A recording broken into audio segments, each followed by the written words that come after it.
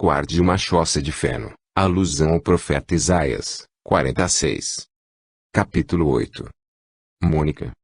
Tu, que fazes morar na mesma casa os que têm coração unânime, trouxeste pra junto de nós Evódio, jovem de nosso município que, militando como agente de negócios do imperador, se converter e receber o batismo antes de nós, abandonar a milícia do século, alistando-se na tua.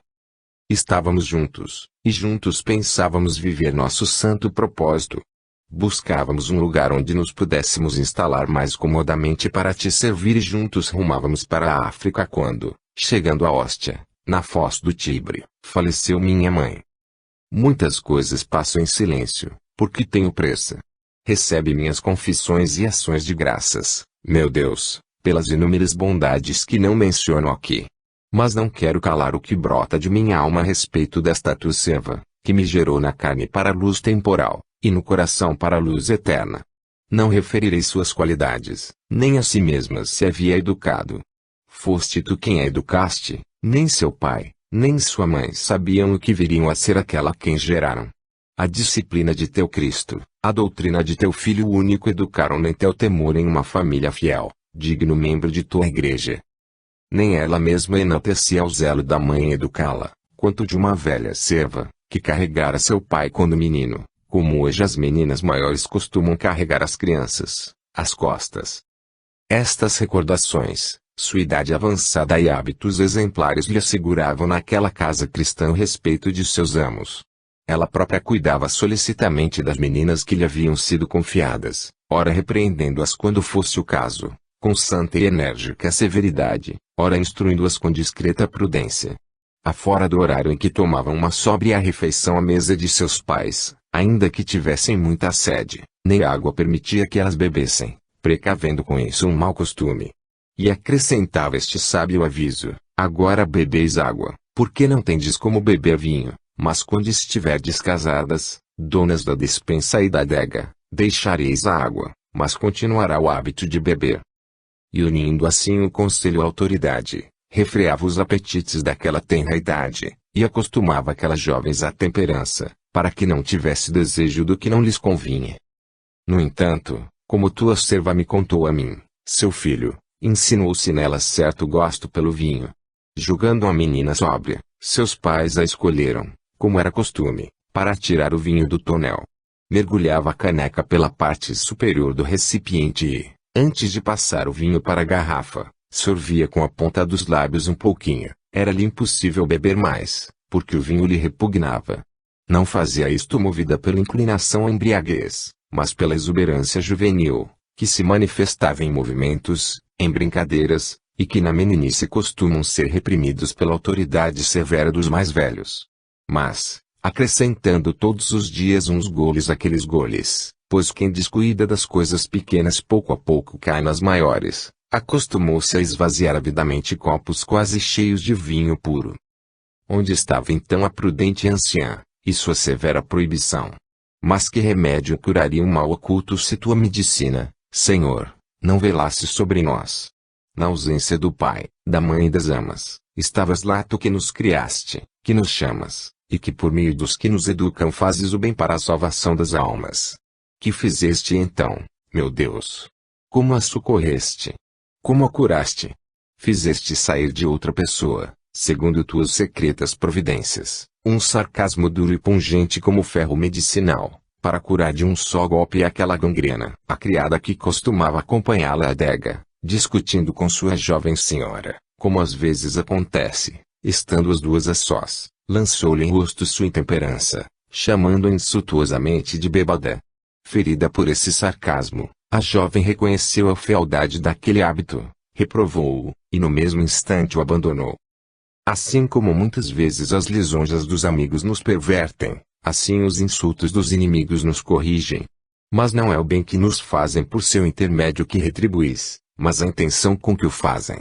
Aquela criada zangada pretendia ofender sua jovem senhora, e não corrigi-la, e se o fez às escondidas foi só por força da circunstância do lugar e tempo, ou para que não viesse a sofrer por denunciar tão tarde o costume de sua senhora.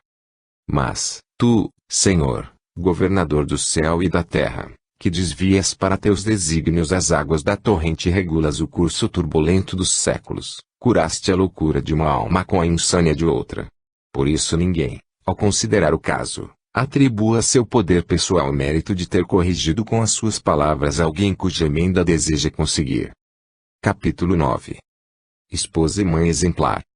Educada assim na modéstia e na temperança, mas sujeita a seus pais pela tua mão que por seus pais a ti, logo que chegou a idade núbio, foi dada em matrimônio a um homem, a quem serviu como a senhor. Procurou conquistá-lo para ti, falando-lhe de ti com suas virtudes, com as quais tu a tornavas bela e reverentemente amável e admirável ante seus olhos. Suportou suas infidelidades conjugais com tanta paciência, que jamais teve com ele a menor briga por isso, pois esperava que tua misericórdia viria sobre ele, e que lhe trouxesse, com a fé, a castidade. Seu marido, se de um lado era sumamente afetuoso, por outro era extremamente colérico, mas ela tinha o cuidado de não contrariá-lo nem com ações, nem com palavras, se o visse irado. Logo que o via calmo e sossegado, oportunamente, mostrava-lhe o que havia feito, se por acaso se tivesse irritado desmedidamente. Muitas senhoras, embora tendo maridos mais calmos, traziam no rosto as marcas das pancadas que as desfiguravam. Conversando entre amigas, lamentavam a conduta dos maridos. Minha mãe reprovava-lhes a língua e, como por gracejo, lembrava-lhes que, desde a leitura do contrato matrimonial, deviam considerá-lo como documento que as tornava servas, e portanto proibia-lhes de serem altivas com seus senhores. Essas senhoras, que conheciam o mau gênio de seu marido, admiravam-se de que jamais ninguém tivesse ouvido ou percebido qualquer indício que Patrício maltratasse a mulher, nem sequer que algum dia tivessem brigado por questões domésticas. E como lhe pedissem confidencialmente a razão disso, minha mãe expunha-lhes seu agir habitual, como acima mencionei. Algumas, após experimentar, punham-no em prática e davam-lhe graças. As que não a imitavam continuavam a sofrer humilhações e violências. Sua sogra, a princípio irritara-se contra ela por causa dos mexericos de criadas malévolas.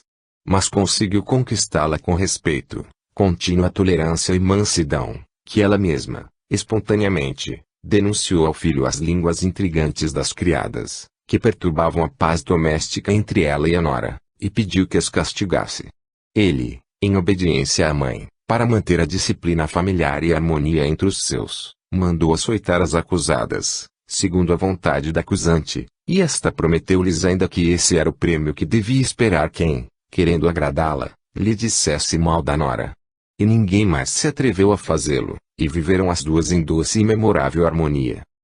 A esta tua boa serva, em cujo seio me criaste, ó meu Deus, minha misericórdia, dotaste de outra grande virtude, a de intervir como pacificadora, sempre que podia, nas discórdias e querelas.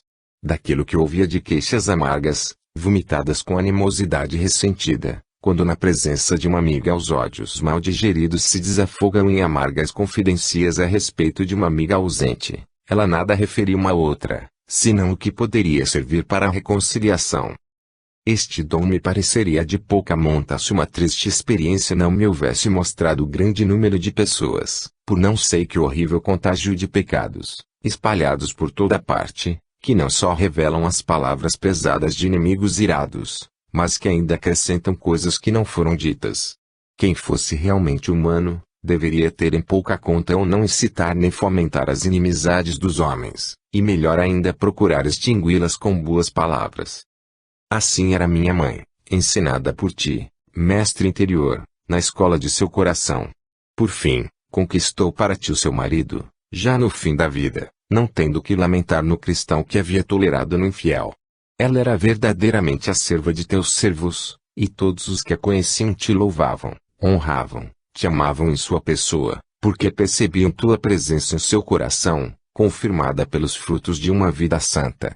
Havia sido mulher de um só homem, cumprir a sua dívida de gratidão com os pais, governar a sua casa piedosamente dava testemunho com suas boas obras. Educar aos filhos, dando-os à luz tantas vezes quantas os via apartarem-se de ti. E de nós, que nos chamamos teus servos por liberalidade tua, nós que vivemos em comum na graça de teu batismo, antes de adormecer em tua paz, Ela cuidou de nós como se todos fôssemos seus filhos, e de tal modo nos serviu como se fosse filha de cada um de nós. Capítulo 10. O êxtase de Hóstia. Estando já próximo o dia em que teria de partir desta vida, que tu, Senhor, conhecias, e nós ignorávamos, sucedeu, creio, por disposição de teus ocultos desígnios, que nos encontrássemos sós, eu e ela, apoiados em uma janela que dava para o jardim interior da casa em que morávamos. Era em Hóstia, sobre a foz do Tibre, onde, longe da multidão, depois do cansaço de uma longa viagem, recobrávamos forças para a travessia do mar. Ali, sozinhos, conversávamos com grande doçura, esquecendo o passado, ocupados apenas no futuro, e indagávamos juntos, na presença da verdade, que és tu, qual seria a vida eterna dos santos, que nem os olhos viram, nem os ouvidos ouviram, nem o coração do homem pode conceber. Abríamos ansiosos os lábios de nosso coração ao jorro celeste de tua fonte, da fonte da vida que está em ti, para que, banhados por ela, pudéssemos de algum modo meditar sobre coisa não tão transcendente. Nossa conversa chegou à conclusão que nenhum prazer dos sentidos carnais, por maior que seja, e por mais brilhante e maior que seja a luz material que o cerca, não parece digno de ser comparado à felicidade daquela vida em ti. Elevando nosso sentimento para mais alto, mais ardentemente em direção ao próprio ser, percorremos uma a uma todas as coisas corporais, até o próprio céu, de onde o sol, a luz e as estrelas iluminam a terra.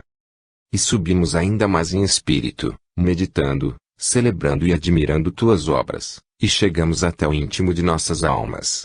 E fomos além delas, para alcançar a região da abundância inesgotável, onde apacentas eternamente a Israel com o alimento da verdade, lá onde a vida é a própria sabedoria, por quem foram criadas todas as coisas, as que já existem e as vindouras, sem que ela própria se crie a si mesma, pois existe agora como antes existiu e como sempre existirá. Antes, nela não há nem passado, nem futuro, ela apenas é, porque é eterna, mas ter sido ou haver de ser não é próprio do ser eterno. E enquanto assim falávamos dessa sabedoria e por ela suspirávamos, chegamos a tocá-la momentaneamente com supremo ímpeto de nosso coração, e, suspirando, deixando ali atadas as primícias de nosso espírito, e voltamos ao ruído vazio de nossos lábios, onde nasce e morre a palavra humana, em nada semelhante a teu verbo, Senhor nosso, que subsiste em si sem envelhecer, renovando todas as coisas. E dizíamos, suponhamos que se calasse o tumulto da carne, as imagens da terra, da água, do ar e até dos céus, e que a própria alma se calasse, e se elevasse sobre si mesma não pensando mais em si, se calassem os sonhos e revelações imaginárias e, por fim, se calasse por completo toda a língua, todo sinal, e tudo que é fugaz, uma vez que todas as coisas dizem a quem sabe ouvi-las, não fizemos a nós mesmas, fez-nos o que permanece eternamente, se, dito isto, todas se calassem, atentas a seu Criador, e se só ele falasse, não por suas obras, mas por si mesmo, de modo que ouvíssemos sua palavra, não por uma língua material, nem pela voz de um anjo, nem pelo ruído do trovão, nem por parábolas enigmáticas, mas o ouvíssemos a ele mesmo, a quem amamos nas suas criaturas, mas sem o intermédio delas, como agora acabamos de experimentar, atingindo em um relance a eterna sabedoria, que permanece imutável sobre toda a realidade, e supondo que essa visão se prolongasse, que todas as outras visões cessassem, e unicamente esta arrebatasse a alma de seu contemplador, e a absorvesse e abismasse em íntimas delícias, de modo que a vida eterna seja semelhante a este momento de intuição que nos fez suspirar, não seria isto a realização do entrar em gozo de teu Senhor? Mas quando se dará isto? Por acaso quando todos ressuscitarmos? Mas então não seremos todos transformados? Tais coisas dizíamos, embora não deste modo, nem com estas palavras. Mas tu sabes, Senhor, que naquele dia, à medida que falávamos dessas coisas, quanto nos parecia vil este mundo, com todos os seus deleites, disse-me minha mãe, filho, quanto a mim, já nada me atrai nesta vida. Não sei o que faço ainda aqui, nem porque ainda estou aqui, se já se desvaneceram para mim todas as esperanças do mundo. Uma só coisa me fazia desejar viver um pouco mais, e era ver-te católico antes de morrer. Deus me concedeu esta graça superabundantemente, pois te vejo desprezar a felicidade terrena para servi-lo. Que faço, pois, aqui? Capítulo 11. A morte de Mônica. Não me lembro bem o que respondi a tais palavras. Mas cerca de 5 dias mais tarde, ou pouco mais, caiu de cama, com febre. Durante a doença, teve um dia um desmaio, ficando por pouco tempo sem sentidos e sem reconhecer os presentes. Acudimos de imediato, e logo voltou a si. Vendo-nos a seu lado, a mim e a meu irmão, chamava-se Navijo, e era o mais velho dos irmãos, perguntou-nos, como quem procura algo, onde estava eu. Depois, vendo-nos atônitos de tristeza, nos disse, sepultareis aqui a vossa mãe. Eu me calava, retendo as lágrimas, mas meu irmão disse umas palavras em que desejava vê-la morrer na pátria e não em terras distantes. Ao ouvi-lo, minha mãe repreendeu com o olhar, e aflita por ter pensado em tais coisas, depois, olhando para mim, disse, vê o que ele diz, e depois para ambos, sepultem este corpo em qualquer lugar, e não se preocupem mais com ele. Peço apenas que se lembrem de mim diante do altar do Senhor, onde quer que estejam. E tendo-nos exposto seu pensamento com as palavras que pôde, calou-se, sua moléstia agravou-se e suas dores aumentaram.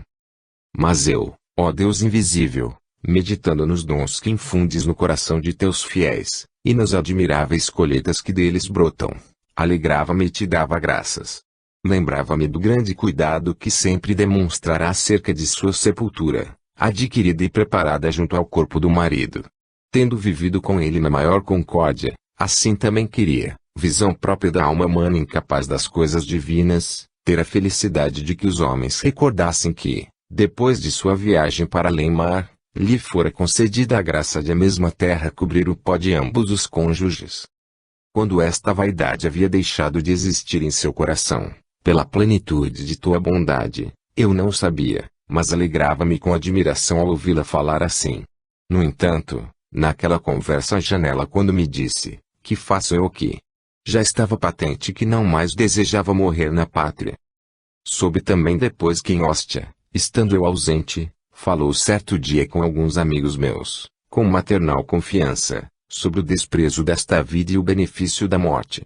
Eles, maravilhados da coragem dessa mulher, dádiva tua, perguntaram-lhe se não temia deixar o corpo tão longe da pátria. Nada está longe para Deus, disse ela, nem preciso temer que ele ignore, no fim dos tempos, o lugar onde me ressuscitará. Por fim, 9 dias após cair enferma, aos 56 anos de idade e os 33 da minha, aquela alma santa e piedosa libertou-se do corpo. Capítulo 12. As lágrimas negadas. Fechei-lhe os olhos, e uma tristeza imensa invadiu meu coração, e já me ia desfazer em lágrimas. Ao mesmo tempo, meus olhos, obedecendo ao enérgico poder de minha vontade, fechavam sua fonte até secá-la. Como foi angustiosa essa luta! E foi quando ela deu o último suspiro, que o meu filho Deodato rebentou em soluços, mas, instado por todos nós, se calou. Deste modo sua voz juvenil, voz do coração, calou em mim essa espécie de emoção pueril que me provocava o pranto. De fato, não julgávamos correto celebrar aquele funeral com lágrimas de choro, pois tais demonstrações deploram geralmente o triste destino dos que morrem, ou sua total extinção. A morte de minha mãe não era uma desgraça, e ela não morria para sempre, e disto estávamos certos pelo testemunho de seus costumes, por sua fé sincera e outras razões inequívocas. Que era então que tanto me pungia, senão a ferida recente causada pelo rompimento repentino de nosso docíssimo e querido convívio. Era para mim grande consolação o testemunho que dera de mim, quando nesta última enfermidade, respondendo com ternura às minhas atenções, chamava-me de bom filho, e recordava com grande afeto nunca ter ouvido de minha boca uma só palavra dura ou injuriosa contra ela. Entretanto, o que era, meu Deus e meu Criador, a solicitude que eu lhe tributava, em comparação com o devotamento servil que por mim suportava? Por me ver privado de tão grande consolo, senti a alma ferida e minha vida, que era uma só com sua, estava despedaçada. Reprimido o pranto do Adeodato, Evódio tomou o saltério e começou a cantar um salmo, ao que todos respondíamos: misericórdia e justiça te cantarei, Senhor. Conhecia a notícia de sua morte, Acorreram muitos irmãos e mulheres piedosas e, enquanto os encarregados dos funerais faziam seu ofício conforme o hábito, retirei-me para um lugar conveniente, junto com os amigos que julgavam oportuno não me deixar só. Falava sobre assuntos próprios das circunstâncias, e com o lenitivo da verdade mitigava meu sofrimento, só conhecido por ti. Eles o ignoravam e me ouviam atentamente, julgando que não sofria nenhuma dor.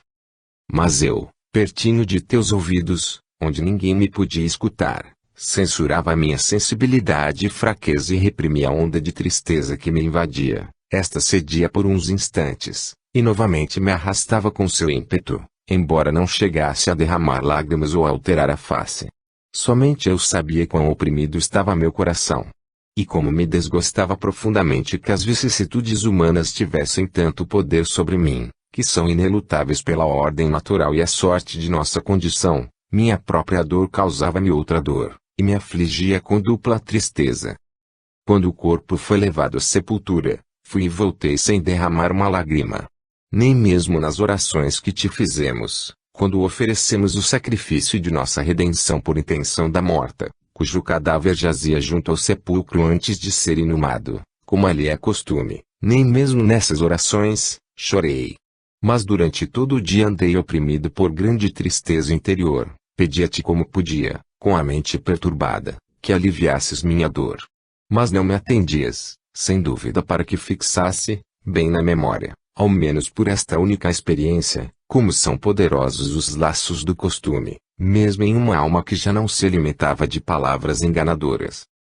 Lembrei então a ir aos banhos, por ter ouvido dizer que a palavra banho, baunio, em latim, vinha dos gregos, que o chamaram balaneion, tirar fora a ania, porque o banho aliviava as tristezas da alma. Mas eu confesso a tua misericórdia, ó Pai dos órfãos, depois do banho fiquei como estava antes, porque meu coração não expulsou o amargor de sua tristeza. Depois adormeci.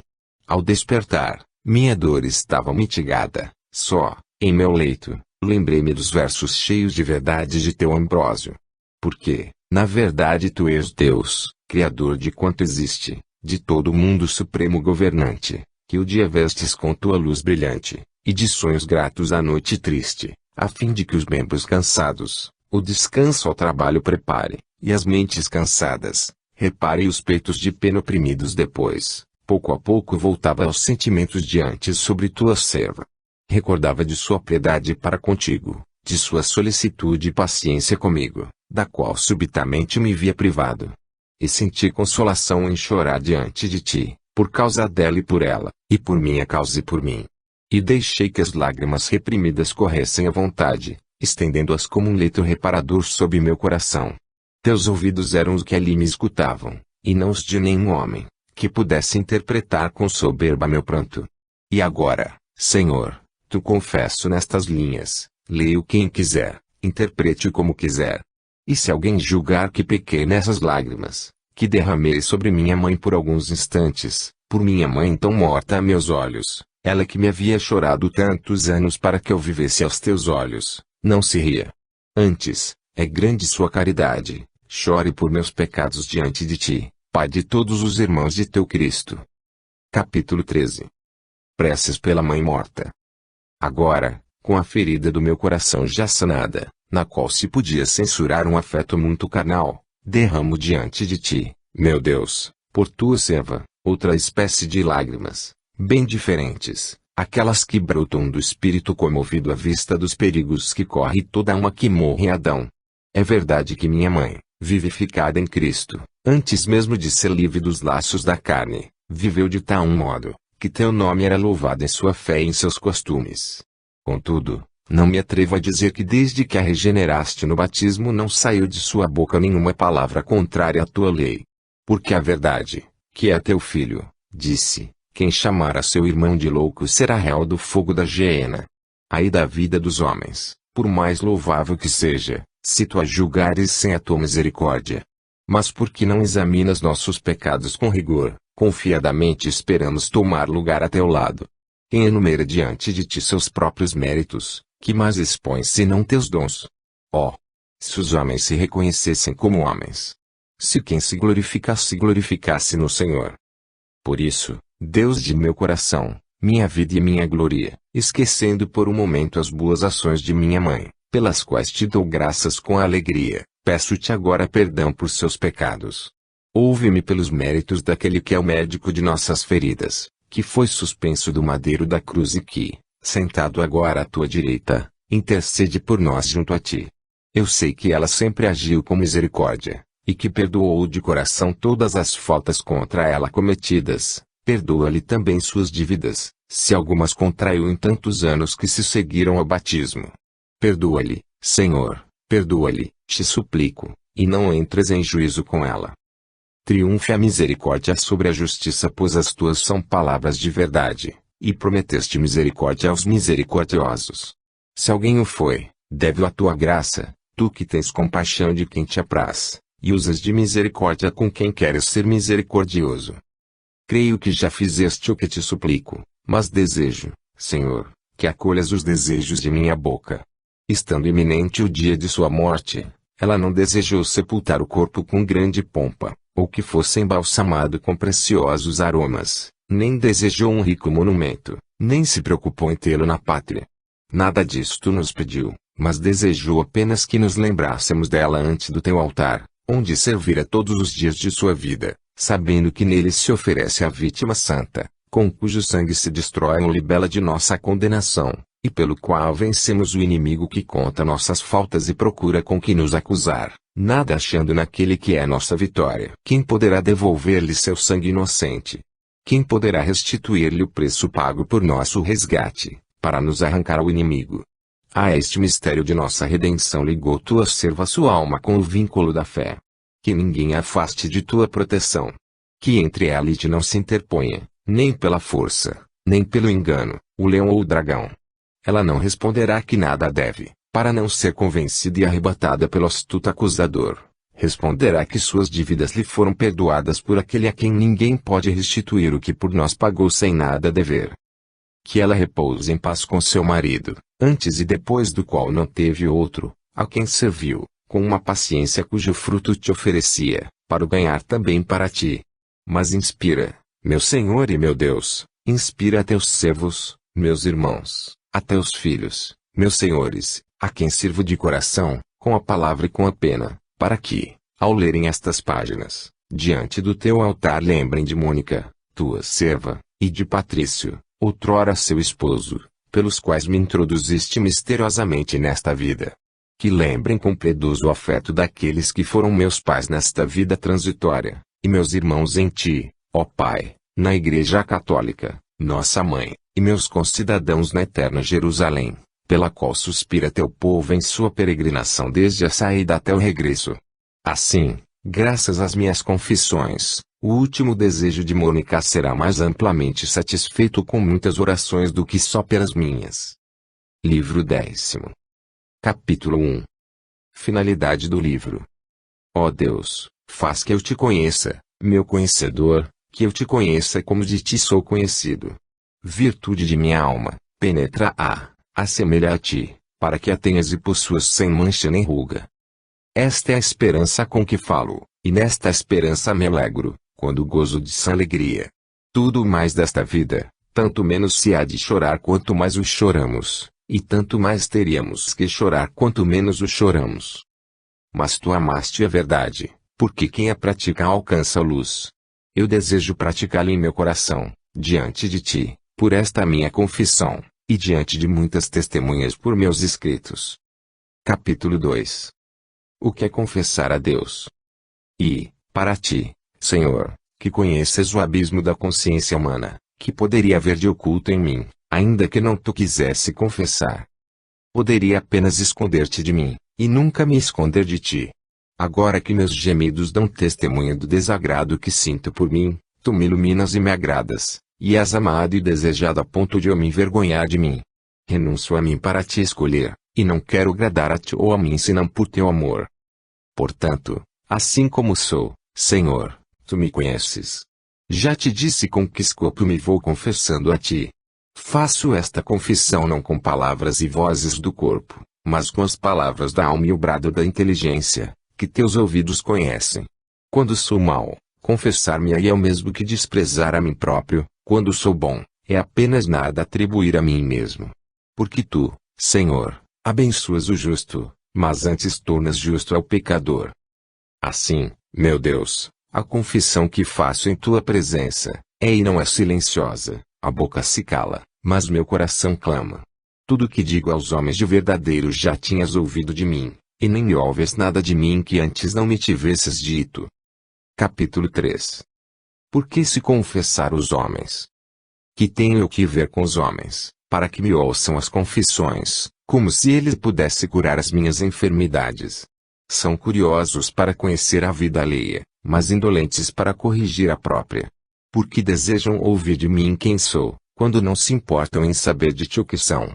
E como podem saber, ao me ouvirem falar de mim mesmo, se lhes digo a verdade, uma vez que o homem algum sabe o que se passa no outro, senão o espírito do homem, que nele habita. Mas, se ouvissem a ti falar deles, não poderiam dizer, o Senhor mente. E o que é ouvir-te falar de si, se não conhecerem-se a si mesmos? E quem, conhecendo a si mesmo, pode dizer é falso, sem mentir? A caridade crê em tudo, pelo menos entre corações que ela unifiquem-se por seus laços, por isso também eu, Senhor, me confesso a ti para que me ouçam os homens. A eles não posso provar que falo a verdade, mas creiam-me aqueles cujos ouvidos a caridade abre para mim. Mas tu, médico da minha alma, faze-me ver claramente a utilidade de meu propósito. As confissões de meus pecados passados, que já perdoaste e esqueceste, para me fazer o feliz em ti, transformando minha alma com tua fé e teu sacramento, levam o coração dos que as leem e ouvem a não dormir no desespero dizendo, não posso. Mas despertem para o amor pela tua misericórdia e para a doçura de tua graça, que fortalece o fraco e este se dá conta de sua debilidade. Os bons, por sua vez, se agradam em ouvir os pecados passados daqueles que já não sofrem. Agrada-lhes, não por serem pecados, mas porque o foram, e agora já não são. Mas, Senhor meu, a quem todos os dias se confessa a minha consciência, agora mais confiante com a esperança na tua misericórdia que na sua inocência, que proveito haverá em confessar os homens, na tua presença, neste livro, não o que fui, mas o que sou agora. Sobre a confissão do passado, e dos seus eventuais proveitos, já falei acima. Há muitos porém, quer me conheçam, quer não, que desejam saber quem sou agora, neste momento em que escrevo as confissões. Já ouviram de mim ou de outros alguma coisa a meu respeito, mas seu ouvido não ouve meu coração, onde eu sou o que sou. Querem, certamente, saber por confissão minha o que sou no íntimo, lá onde não podem penetrar com a vista, com o ouvido, ou com a mente. Estão dispostos a acreditar em mim. Mas poderão igualmente estar certos de me conhecer? A caridade, que os torna bons, lhes diz que eu não minto quando confesso tais coisas de mim. É ela que os faz acreditarem em mim. Capítulo 4. O fruto das confissões. Mas, com que propósito desejam ouvir-me? Desejarão talvez congratular-me comigo, ouvindo quanto me aproximei de ti por tua graça, e orar por mim, ao ouvir quanto me retardou o peso de minhas culpas. A estes mostrarei quem sou, já não é pequeno fruto, Senhor meu Deus, que muitos te deem graças por mim, e que muitos te roguem por mim. Possa o coração de meus irmãos amar em mim o que ensinas a amar, e deplorar em mim o que ensinas a aborrecer. Mas que brotem tais sentimentos em uma alma irmã, e não em almas estranhas, ou nesses filhos espúrios, cuja boca fala a vaidade, e cuja direita é a direita de iniquidade, que o faça uma alma fraterna em que se alegra por mim quando me aprova, e quando me reprova se aflige por mim, porque quer me aprove, quer não, me ama. É a esses que eu me revelarei. Que eles respirem diante de minhas boas ações, e suspirem à vista de meus pecados. As obras boas são tuas obras e teus dons, as más são meus pecados. As obras boas são tuas obras e teus dons, as más são meus pecados, objeto de teus juízos. Respirem pelo bem e suspirem pelo mal, e que subam à tua presença hinos e lágrimas desses corações fraternos, que são os teus turíbulos. E tu, Senhor, que te alegras com a fragrância de teu santo templo, tem piedade de mim, segundo tua grande misericórdia por causa de teu nome, e tu, que jamais abandonas uma obra começada, aperfeiçoa em mim o que há de incompleto. Este poderá ser fruto de minhas confissões, não do que fui, mas do que sou. Farei minha confissão não apenas a ti, com íntima alegria mesclada de temor, e com secreta tristeza mesclada de esperança, mas também para os homens, que compartilham minha alegria e de minha mortalidade, meus concidadãos e peregrinos como eu, quer os que me precederam, como os que me seguem ou me acompanham no caminho da vida. Estes são teus servos, meus irmãos, que tu quiseste fossem filhos teus e meus senhores, e a quem me mandaste servir se quisesse viver contigo e de ti. Mas este preceito teria sido de pouco valor para mim, se teu verbo tivesse proferido apenas com palavras, e não tivesse mostrado o caminho com a obra. Eis que eu imito pela ação e pela palavras, e o faço à sombra de tuas asas. O perigo seria grande demais, se minha alma aí não se abrigasse, e se minha fraqueza não te fosse conhecida. Sou como uma criança, mas meu Pai vive sempre, e é meu tutor idôneo. Ele é um tempo que me gerou e o que me protege. Tu és todo o meu bem, tu, onipotente, que estás comigo mesmo antes de eu estar contigo. Revelarei, pois, a estes, a quem me mandas servir, não como fui, mas como já sou agora, e como ainda não sou. Mas não quero julgar-me a mim mesmo. Assim é que peço para ser ouvido. Capítulo 5. A ignorância do homem. És tu, Senhor, quem me julga, porque ninguém conhece o que se passa no homem, a não ser o seu espírito que nele está. Todavia há no homem coisas que até o espírito que nele habita ignora. Mas tu, Senhor, que o criaste, conheces todas as coisas.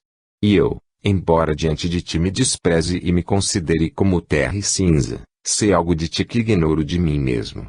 É certo que agora vemos por espelho, em enigmas, e não face a face.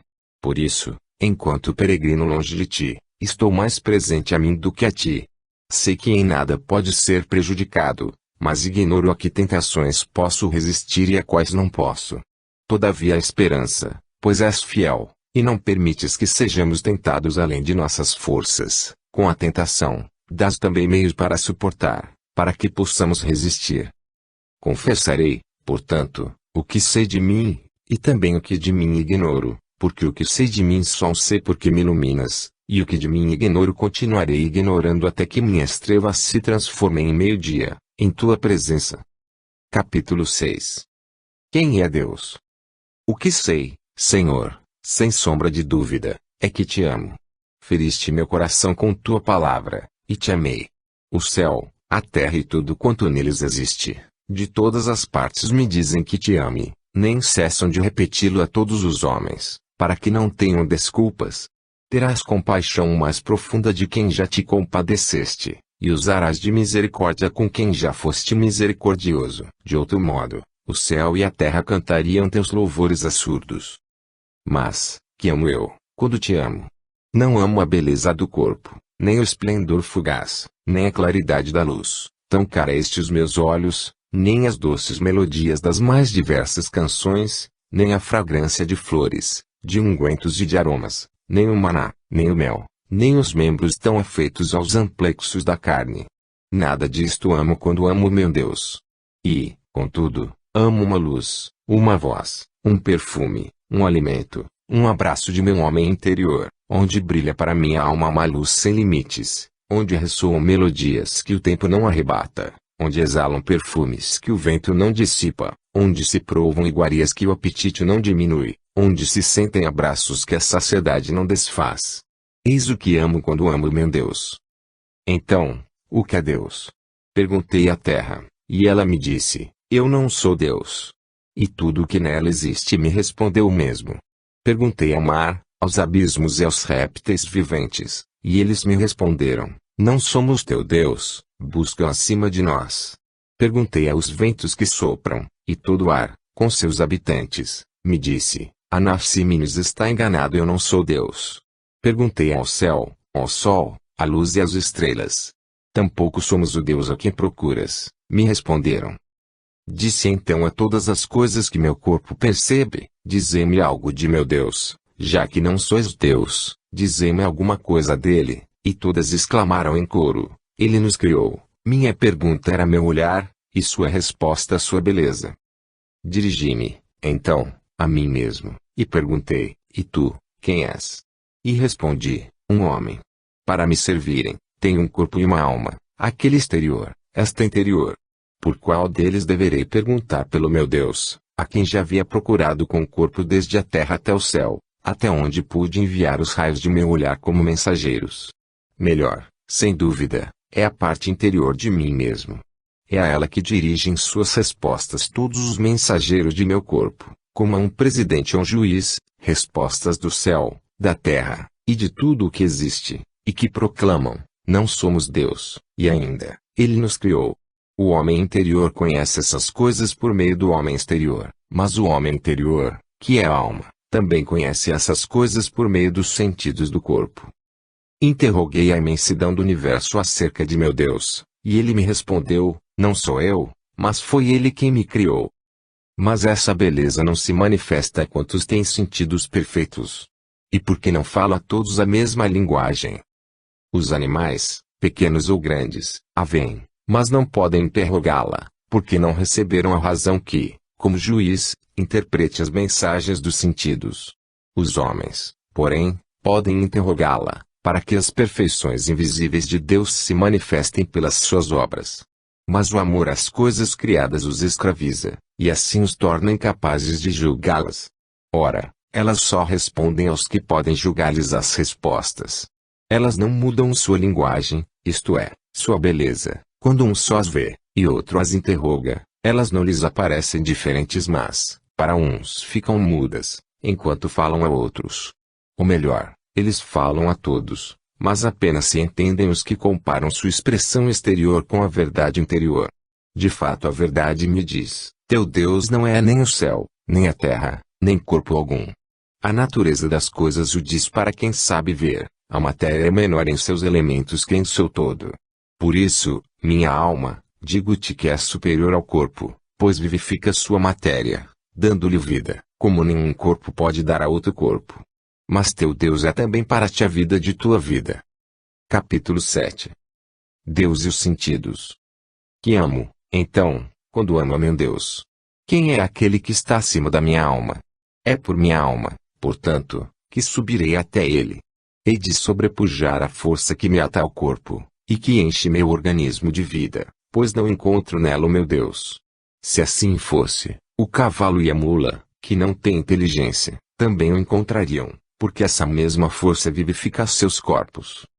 E existe outra força, que não só vivifica, mas que também torna sensível minha carne que o Senhor me deu, ordenando ao olho que não ouça, e ao ouvido que não veja, mas aquele que sirva para ver, e a este para ouvir, e que determinou a cada um dos outros sentidos o respectivo lugar e ofício. É deles que se serve minha alma para exercer suas diversas funções, permanecendo, contudo, uma só. Vencerei também essa força, que também a possuem o cavalo e a mula, pois também eles sentem por meio do corpo. Capítulo 8. O milagre da memória. Vencerei então esta força de minha natureza, subindo por degraus até meu Criador. Chegarei assim diante dos campos, dos vastos palácios da memória, onde estão os tesouros de inúmeras imagens trazidas por percepções de toda espécie. Lá também estão armazenados todos os nossos pensamentos, quer aumentando, quer diminuindo, ou até alterando de algum modo o que nossos sentidos apanharam, e tudo o que aí depositamos, se ainda não foi sepultado ou absorvido no esquecimento. Quando ali penetro, convoco todas as lembranças que quero. Algumas se apresentam de imediato, outras só após uma busca mais demorada, como se devessem ser extraídas de receptáculos mais recônditos. Outras irrompem em turbilhão e, quando se procura outra coisa, se interpõem como a dizer: não seremos nós que procuras. Eu as afasto com a mão do espírito da frente da memória, até que se esclareça o que quero, surgindo do esconderijo para a vista. Há imagens que acodem a mente facilmente em sequência ordenada à medida que são chamadas, as primeiras cedendo lugar às seguintes, e desaparecem, para se apresentarem novamente quando eu quiser. É o que sucede quando conto alguma coisa de memória. Ali se conservam também, distintas em espécies, as sensações que aí penetraram cada qual por sua porta, a luz, as cores, as formas dos corpos, pelos olhos, toda espécie de sons, pelos ouvidos, todos os odores, pelas narinas, todos os sabores, pela boca, enfim, Pelo tato de todo o corpo, o duro e o brando, o quente e o frio, o suave e o áspero, o pesado e o leve, quer extrínseco, como intrínseco ao corpo.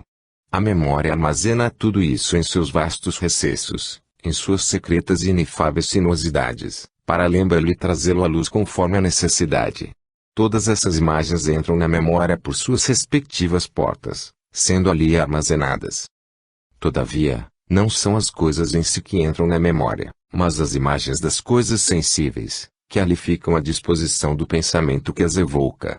Mas quem poderá explicar como se formaram tais imagens, apesar de se conhecer o sentido pelo qual foram captadas e escondidas em seu íntimo? Pois, mesmo quando estou em silêncio e no escuro, imagino, se quiser, as cores, e sei distinguir o branco do preto, e todas as outras entre si, e isto sem que os sons, mesmo os lembrados, perturbem minhas imagens visuais, e permanecem como que à parte. Se decido chamá-los, eles se apresentam imediatamente.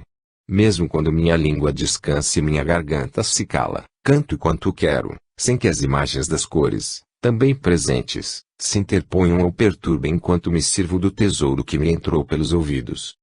Do mesmo modo as demais impressões, introduzidas e armazenadas em mim por meio dos outros sentidos, posso recordar a meu talante, distingo o aroma dos lírios do das violetas, sem cheirar nenhuma flor, e sem provar nem tocar em nada, mas apenas com a lembrança, posso preferir o mel ao arrobo e o mácio ao áspero. Tudo isto realizo interiormente, no imenso palácio da memória. Ali eu tenho as minhas ordens do céu, a terra, o mar, com tudo o que neles pude perceber, com exceção do que já me esqueci. Ali encontro a mim mesmo, recordo de mim e de minhas ações, de seu tempo e lugar, e dos sentimentos que me dominavam ao praticá-las. Ali encontro a mim mesmo, recordo de mim e de minhas ações, de seu tempo e lugar, e dos sentimentos que me dominavam ao praticá-las. Ali estão todas as lembranças do que aprendi, quer pelo testemunho alheio, quer pela experiência. Deste mesmo manancial provém as analogias entre fatos de minhas experiências pessoais, ou em que acreditei baseado nas experiências prévias, ligo umas e outras ao passado, e medito no futuro, nas ações, nos acontecimentos, nas esperanças, e tudo como se estivesse presente. Farei isto ou aquilo, digo para mim, nesse vasto universo de minha alma, repleto de imagens de tantas e tão grandes coisas. E disso tiro esta ou aquela conclusão. Oh! Se acontecesse isto ou aquilo. Queira Deus não aconteça isto ou aquilo. Isto digo em meu íntimo, e nisso visualizando as imagens das realidades que exprimo, saídas do mesmo tesouro da memória, sem elas, nada poderia dizer. Grande é realmente o poder da memória, prodigiosamente grande, meu Deus. É um santuário amplo e infinito. Quem o pôde sondar até suas profundezas? É um poder próprio de meu espírito, que pertence à minha natureza, mas eu não sou capaz de compreender inteiramente o que sou. Será o espírito demasiado estreito para se conter a si mesmo? Onde, então, está o que ele não pode conter de si? Estaria fora dele, e não nele? Como então não o contém? Esta ideia me provoca grande admiração, e me enche de espanto. Viajam os homens para admirar as alturas dos montes, as grandes ondas do mar, as largas correntes dos rios, a imensidão do oceano, a órbita dos astros, e se esquecem de si mesmos. Nem se admiram que eu fale dessas coisas sem vê-las com os olhos. Contudo, eu não as poderia mencionar se esses montes, se essas ondas, esses rios, esses astros, que eu vi, se esse oceano, no qual acredito pelo testemunho alheio, eu não os visse na memória em toda sua dimensão, como se estivessem diante de mim.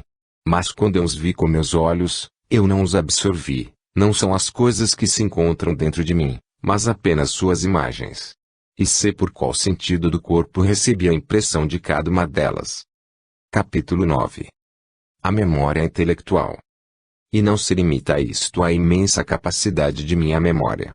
Ali estão, como em um lugar recôndito, que aliás, não é um lugar, todas as noções aprendidas das artes liberais, pelo menos as que ainda não esqueci. Mas, neste caso, não são as imagens delas que trago em mim, mas as próprias realidades em si. As noções de literatura, a dialética, as diferentes espécies de questões, tudo o que sei a respeito desses problemas estão em minha memória, mas não estão ali como a imagem solta de uma coisa, cuja realidade se deixou fora. Nesse caso seria como um som que se ouve e passa, como a voz que deixa no ouvido um rastro, que permite que a lembremos, como se ainda soasse embora já não soe, ou como o perfume que, ao passar e desvanecer-se no ar, atinge o olfato e grava sua imagem na memória, imagem que a lembrança reproduz, ou como o alimento, que perde o sabor no estômago, mas o conserva na memória, ou como um corpo que se sente pelo tato e que, ausente, é imaginado pela memória. Todas essas realidades não nos penetram a memória, mas tão somente são captadas as suas imagens com maravilhosa rapidez, e dispostas, digamos, em compartimentos admiráveis, de onde são extraídas pelo milagre da lembrança. Capítulo 10. Memória dos sentidos. Ouço dizer que há 3 gêneros de questões a saber: se uma coisa existe, qual a sua natureza e qual sua qualidade. Retenho a imagem dos sons de que se compõem estas palavras, e sei que estes atravessaram o ar como ruído, e já não existem. Mas as realidades significadas por tais palavras, eu jamais atingi com nenhum sentido do corpo, nem as vi em nenhuma parte fora de meu espírito. O que gravei na minha memória não são suas imagens, mas as próprias realidades. Que me digam, se o puderem, por onde entraram em mim. Percorram e vão todas as portas do meu corpo, e não descubro por onde poderiam ter entrado. Com efeito, os olhos dizem, se são coloridas, fomos nós que as transmitimos. Os ouvidos dizem, se eram sonoras, foram por nós comunicadas. As narinas dizem, se tinham cheiro, passaram por aqui. E o gosto diz, se não tem sabor, nada me perguntem. O tato declara, se não são corpóreas, eu não as toquei, e portanto não poderia revelá-las. De onde, então, e por onde entraram em minha memória? Ignoro. Aprendi-as não dando crédito ao testemunho alheio, mas as reconheci em mim e aprovei-as como verdadeiras, confiei-as a meu espírito como em depósito, de onde poderei tirá-las quando quiser. Estavam pois ali, antes mesmo que eu as aprendesse, mas não na memória. E onde estavam então? E por que, ao serem mencionadas, eu as reconheci e disse, é assim mesmo, é verdade, senão porque já estavam em minha memória. Mas tão escondidas e sepultadas em tão secretos recessos, que se alguém não as arrancasse dali com suas perguntas, talvez eu nem pudesse concebê-las. Capítulo 11. Ideias inatas. Por isso descobrimos que adquirir tais noções, cujas imagens não atingimos por meio dos sentidos mas que percebemos em nós, sem o auxílio de imagens, tais como são em si mesmas, nada mais é do que coligir com o pensamento os elementos esparsos da memória e, pela reflexão, obrigá-los a estarem sempre disponíveis à memória, onde antes se ocultavam em desordem e abandono, de modo que se apresentem sem dificuldade ao chamado do nosso espírito.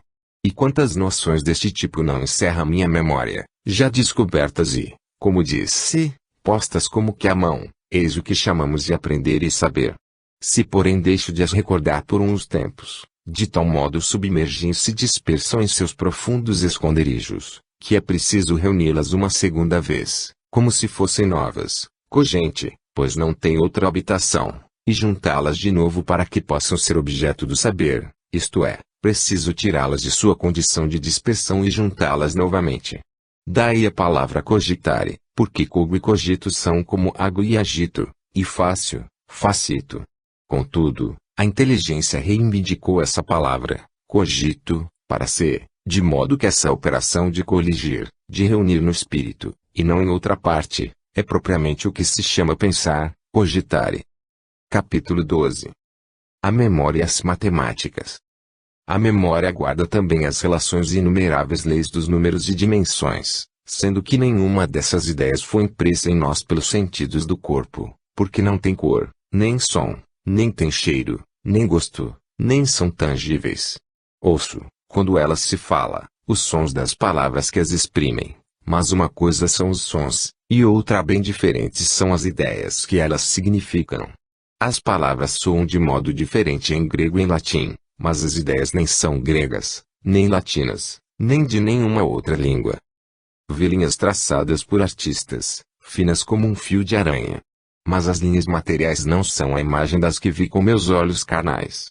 Para reconhecê-las não há necessidade alguma de se pensar em um corpo qualquer, pois, é no espírito que as reconhecemos.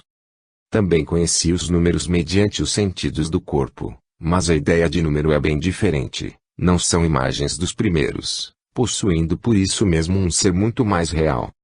Ria-se de mim quem não compreender o que disse, eu terei compaixão de seu riso. Capítulo 13. A memória da memória. Tudo isso eu guardo em minha memória, assim como o modo pelo qual aprendi. Também guardo na memória as muitas argumentações infundadas que ouvi contra essas verdades. Essas objeções sem dúvida são falsas, mas não é falso recordá-las. E lembro de ter sabido distinguir entre essas verdades e os erros do que se lhe opunham. Vejo agora que uma coisa é essa distinção, que faço hoje, e outro a recordar ter feito muitas vezes tal distinção, ao considerá-las. Lembro-me, portanto, de ter muitas vezes compreendido isso, e confio à memória o ato atual de distingui-las e compreendê-las, para me lembrar, mais tarde, de que hoje as compreendi. Lembro-me então de que me lembrei, e se mais tarde lembrar de que agora pude recordar essas coisas, será ainda por força da memória. Capítulo 14. A lembrança dos sentimentos. Essa mesma memória conserva também os afetos da alma, não do modo como se sente a alma quando da vivencia, mas de modo muito diverso, segundo exige a força da memória. Lembro-me de ter estado alegre, ainda que não esteja agora. Recordo minha tristeza passada, sem estar triste. Lembro-me de ter sentido medo, sem senti-lo de novo. Lembro-me de antigo desejo, sem que o mesmo sinta agora.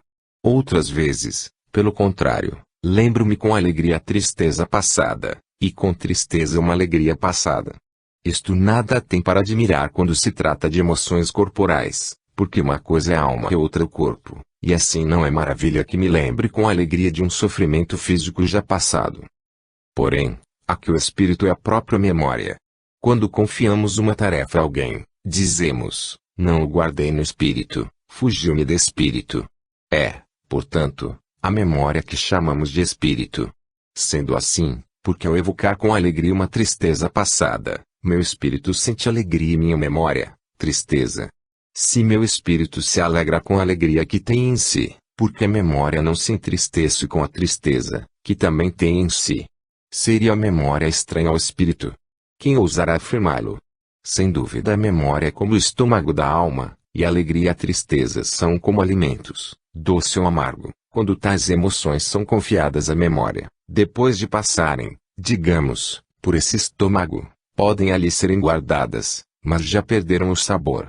Seria ridículo comparar emoções e alimento como semelhantes. Contudo, elas não são totalmente diferentes. É ainda da memória que tiro a distinção entre as 4 emoções da alma, o desejo, a alegria, o medo e a tristeza.